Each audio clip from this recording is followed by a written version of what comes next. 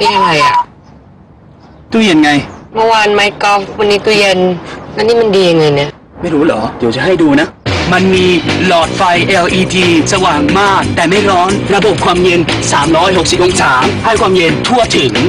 และมีระบบ Flash Keeping DC ให้ผักผลไม้สดได้นานกว่ายี่ห้ออะไรอ่ะ Haier เหนือกว่าด้วยรายละเอียดที่แสดงถึงความใส่ใจตู้เย็น Haier รุ่นแคนคูลใหม่